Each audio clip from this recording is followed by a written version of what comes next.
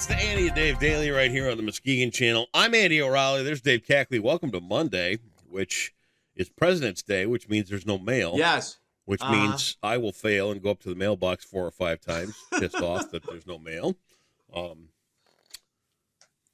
Banks are closed too, I think. So banks, yes. Credit unions, no. Mm-hmm. Really? I don't think credit unions close on. Oh, I didn't think about that. Yeah, see? That's the way it goes. Interesting. Wife got back from Florida yesterday, late, and I don't want to go around bragging about having a trophy wife or anything like that, but when you've got the best, they know what to go for when it comes to souvenirs, and I'm not going to say that my souvenir is better than anybody else's. But look at you! When you get a Waffle House coffee cup.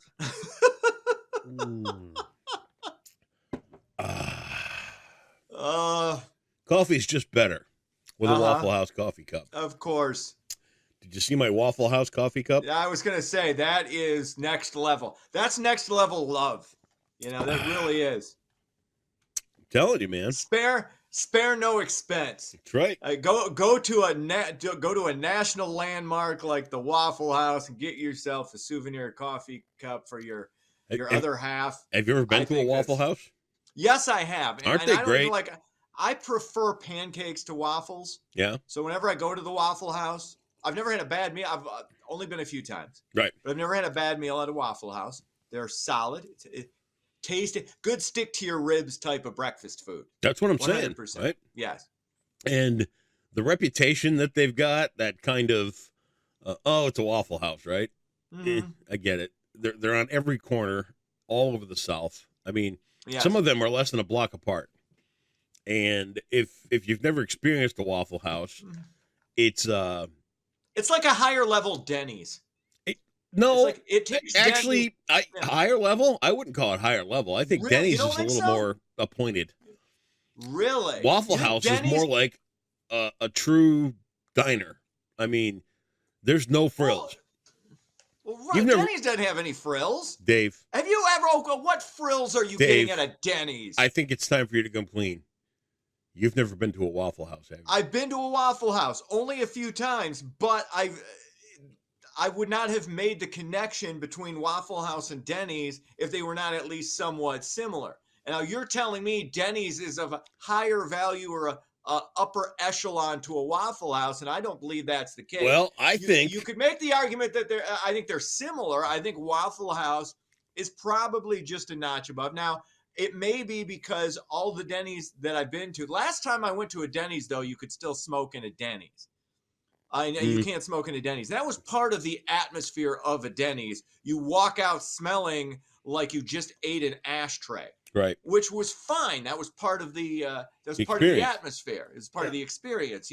All of your waitresses had a specific, distinct look. There were always some truckers at the counter. It felt like how Denny's was supposed to feel. And Waffle House is similar, but there's more. To me, it was more of a family kind of like, people are on vacation and then they stop out at the Waffle House for some good tasty eats. See, here's where I think your memory is skewed. Waffle House in the South is like a 7-Eleven. It's on every single corner, everywhere. And I think the closest one to us is somewhere in Southern Ohio. So we around here don't really get the Waffle House experience. Now, me having the experience I have in NASCAR and spending the time in the deep South that I have. The weary traveler you are. Well, I wouldn't say that. I would say, like, every time we drove by one, I'm like, can we stop at Waffle House? I want to Waffle House. Because it's one of those things we just can't get up here, right? Right. Regional thing. Mm-hmm. So Waffle House, the cook is exposed. You can watch him cook everything right in front of you. The places are tiny, much smaller than a Denny's. They maybe if they seat 50 people in a Waffle House, that's a big one. I mean, that's how small they are. And the way that they've stuck to just being in the South has been a bit of an annoyance, because I would love to have one up around here. Well, you keep it I mean, by doing that, by keeping it regional, you keep it special. and you keep your costs down. Yeah, I know. And yeah, I get it. It makes sense that it's regional. It does. I mean, we would maybe like to have one up here, but at the end of the day, we do have Denny's, and Denny's, like I said, I still see as a notch below a Waffle House. All right. But that's just, but you could be right. Here's the thing, is you could be correct in that I'm misremembering my Waffle House experience. And admittedly, it's been a long time, but I thought it was comparable to a Denny's, but in my mind, which again, I could be misremembering, I just saw it as just a notch above a Denny's. The word is comparable. That's what, comparable or comparable? No. No, it can be comparable. No, it can't. No. You can pronounce it either way. You can't. It's comparable. Yeah, you could say it's comparable or no, it could be, dude. I'm just saying. Come on. I know words. No, you don't. I know words. I'm looking for the best of Dave. Could say either. I want to bring out the best in you. You could say comparable or comparable. It doesn't matter. Okay, whatever. They could both look it up. Hey, you're $29,000 in the hole in jeopardy. Okay. Tomorrow, I expect you to rescind that ding. Rescind that ding. 100%. All right. Well, ready to do this thing? Let me show off my Waffle House coffee cup one. Oh, there you go. Fantastic. Fantastic. All right. Coffee is hotter. Let's get it. It's got a little more flavor. Gotcha. It's got the wonderful 2022 holidays from Waffle House on it. Nice theme. Okay. So, couldn't get a 2023 mug? Well, hey. Oh, now you're attacking Cindy for not getting a 2023? I'm not attacking. No. It sounded like that to me. That wasn't an attack. See? Take it out on my smoking hot wife. There you go. Perfect. First you challenge a correctly pronounced word, and now comparable. You are making false accusations. I've done nothing of the sort, sir. I just asked if they did they not have a 2023 mug? Did she get you the 2022 mug at a discount? Still a great mug. Here's the thing. Still a nice gift.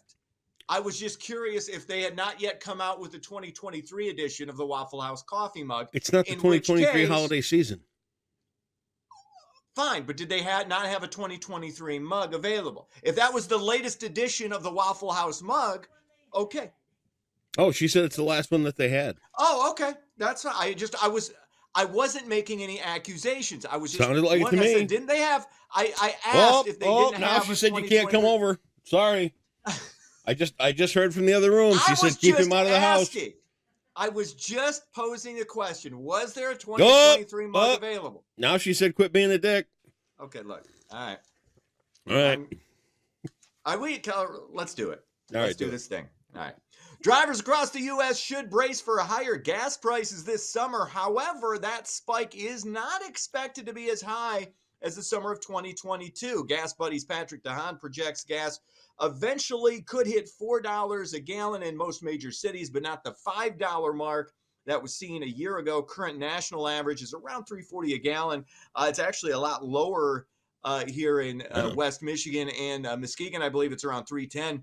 I got it for $2.99. It's $2.99 here in Walker. So, it's right now somewhat stable, but it's nice to know. I mean, you expect gas prices to rise in the spring and summer when more people are driving. That's just par for the course. But it's nice to know we're not going to, that the $5 thing really does, it hits you like psychologically too. You're more reticent to go further or drive more. It's called softening. Mm-hmm. Yeah. It's called softening the market. They push it up to 5, so you're pissed off for a while. They back it down to what the target price is. And you're like, oh, okay, that's acceptable. There you go. It's a mafia attack. And that's where we are. What else is going on? Actor and comedian Richard Belzer has passed away. Belzer, of course, was he was big in the stand-up circuit going back to the 1970s before kind of transitioning over to acting. He still did stand-up, but best known, of course, for portraying a detective John Munch on NBC's Law & Order SVU for more than 2 decades. Good, solid career. One of those guys. Eris always reminded me of Richard Belzer. Yep. Every time I saw Eris, I thought Richard Belzer. He hated that comparison. Now, why? Because Richard Belzer was cool. I mean, he just hated it. He hated the comparison. Because it was so spot on. I mean, they looked exactly the same. Yep. You do a side by side Richard Belzer and Eris Hampers. And I will say this. Exactly the same. Yesterday when the news came out, everybody was, oh, Richard Belzer's dead. I was never a fan. Really? Never. Nope. Never watched I thought the he was show. good. I didn't like his comedy way back when, and it's just his comedy was well, again, it wasn't for everybody. I wasn't a huge fan of his stand-up. I thought it was good, but I recognize he was for a specific audience that you or I maybe not be a part of that. But I appreciated that just because I appreciate anybody who does that, even if I'm not necessarily a fan of theirs. Like I go back to like an Aziz Ansari. I'm not a fan of Aziz Ansari, but I like the way he constructs joke. I like, so these people, you've got a wide variety for a variety of different audiences. And that's cool. And again, a solid career, Richard Belzer, 78 years old. So in that business, you make it to 78, good, solid run. There you go. He will be missed. Hunters in Michigan killed over 300,000 deer in 2022 during the hunting season. That's during bow hunting and firearm season. According to the DNR, hunters killed 303,087 deer, over 180,000 in the southern lower peninsula alone. You know what I noticed? I didn't see as many pictures of bloody deer carcasses over hunting season. That was a bit of a disappointment because that always, for whatever reason, I get a weird excitement, especially when it's our friend and colleague Becky Bashotti, because there's something about a blonde with a with a bloody deer and a smile that it's just next level. I was incommunicado with her over the weekend because I screwed up and didn't tape another round of Fit and Healthies. Oh, dude! So I send her a message. I'm like, hey, guess what? Your meathead friend Andy blew it. And she's like, yeah, I'm going to go out and shoot rabbits later. I'm like, oh, good. Oh my God. Deer kills with Becky would be great. Or varmint kill. That's the next level of the Muskegon channel. Get her out hunting and show her just murdering animals left and right. And that's what I like to see. By the way, I did some editorializing during this story because I looked it up. They were actually saying, the way the story was initially worded was hunters in Michigan harvested over 300,000 deer. I'm like, harvested? What the hell? That means killed, right? And I had to look it up and double check and make sure. Yeah, it means killed. But for whatever reason, the article didn't say killed. It said harvested. Like, kills a rough word. Yeah. Well, that's what they're doing, though. They're killing deer. That's fine. And they should kill deer. They're delicious. Wherever you're stealing that article from, they kind of pare it down a little bit for the audience, right? Yeah, but this is my issue. Is you're not saying what it really is. Let's be honest. Let's be transparent. Let's be upfront. Okay. Let's not go all euphemistic, soft terms for sensitive ears. I don't like. Let's call it what it is. People can handle the truth, or they should. Okay. Anyway, sports. Michigan knocks off Michigan State 84-72. Oh, Ricky Stenhouse. We had money on that. No, we did not. Yes, you did not want to see. You could have broken even because I won last time because Michigan State beat Michigan in East Lansing. This one, you're coming off the shooting. It was emotional. They skipped the game this week. No problem. I mean, I kind of thought, and Michigan needed to win this game to keep their fleeting NCAA tournament hopes alive. So that's the U of M. It didn't surprise me how that game went. Ricky Stenhouse Jr. Wins at Daytona, the longest race in Daytona history. Ricky, the big winner there. So that's sports. I didn't see 2 seconds of the Daytona 500. That is because that used to be like your thing. Dude, I couldn't tell you 5 drivers anymore. I mean, I know Stenhouse's name. He's been around for a while, but other than that, no idea. All right, named for a president for $200. Okay. 29,000 in the hole. Mm-hmm. For how much is this? This is $200? $200. Okay.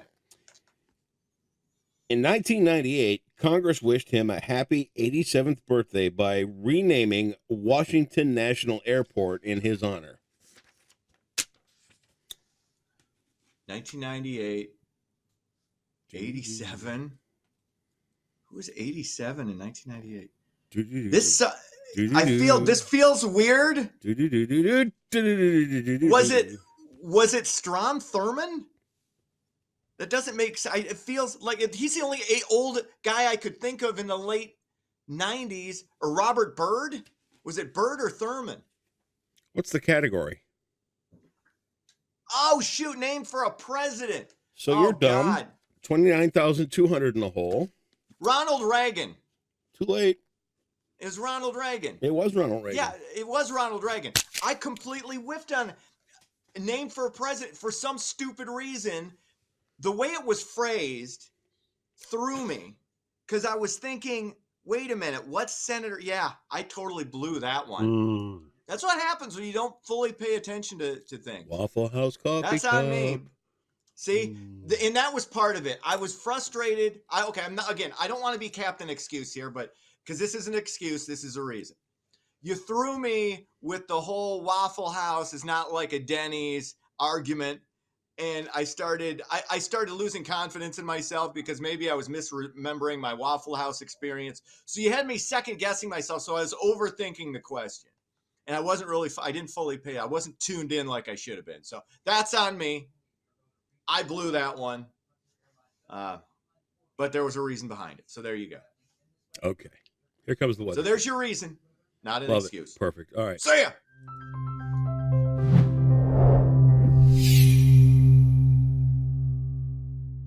Happy Monday, Muskegon. Hopefully you all had a wonderful weekend. And this week will start off nice until it won't be nice as a major winter storm moves in Wednesday into Thursday. So let's look at your forecast brought to you by Trinity Health. Your weather headlines for this week's show today will likely be the nicest day of the week as temperatures warm to around 40 with some sunshine, thankfully, until mixed precipitation arrives tonight along a cold front, but we're not expecting impacts or any accumulation out of that.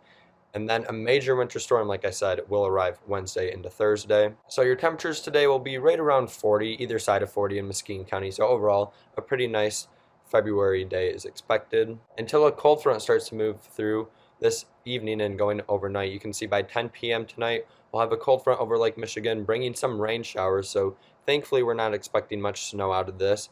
And then by Tuesday at 4 a.m., so right before the morning commute on Tuesday, some lingering flurries will be possible across West Michigan, especially in Kent, Ottawa, and Muskegon counties. So for your Monday, expect a high of 40 with partly cloudy skies, at least at times, so we'll see some sunshine, thankfully. And then overnight tonight, like I said, we will have a band of rain moving through around 10 p.m., and then some snow flurries are possible after that, but we're not expecting any accumulation with a low of 29. Now, the biggest weather story this week will be the major winter storm that is expected Wednesday into Thursday, because we'll have a sharp temperature gradient that will lead to a variety of precipitation types across lower Michigan, snow to the north, freezing rain and sleet in central lower Michigan, which includes Muskegon County. I think we'll see a lot of sleet out of this and even some freezing rain as well. And then rain will be well to the south of us toward the Indiana border. And then because of this, freezing rain will likely lead to some power outages, at least in some areas in West Michigan, since we are expecting quite a bit of it, at least in some regions, especially just to the south of us. And then slick roads do look likely as well, as snow, sleet, and freezing rain will likely fall across Muskegon County at least some points during this time from Wednesday into Thursday. So for example, here's what Wednesday evening could look like. We have snow to the north of us, some sleet in Muskegon County, and freezing rain, and then a lot of freezing rain from Grand Rapids to Kalamazoo to Lansing to Jackson.